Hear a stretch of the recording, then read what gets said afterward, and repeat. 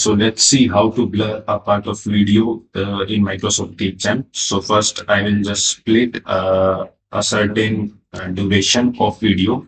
So let's take this and just Control C and Control V and put it directly above the video here.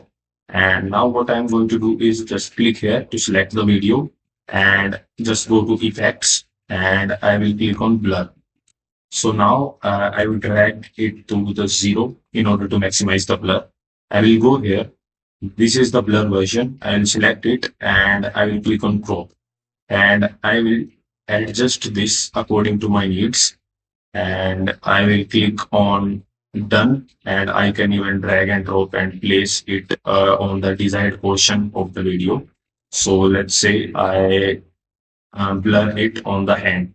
I will drop it here and now I will play the video. So here is the normal video. It's playing and now you can see it is showing blur here. So that was all for it, and you can just click on export and it will start exporting. Thanks for watching.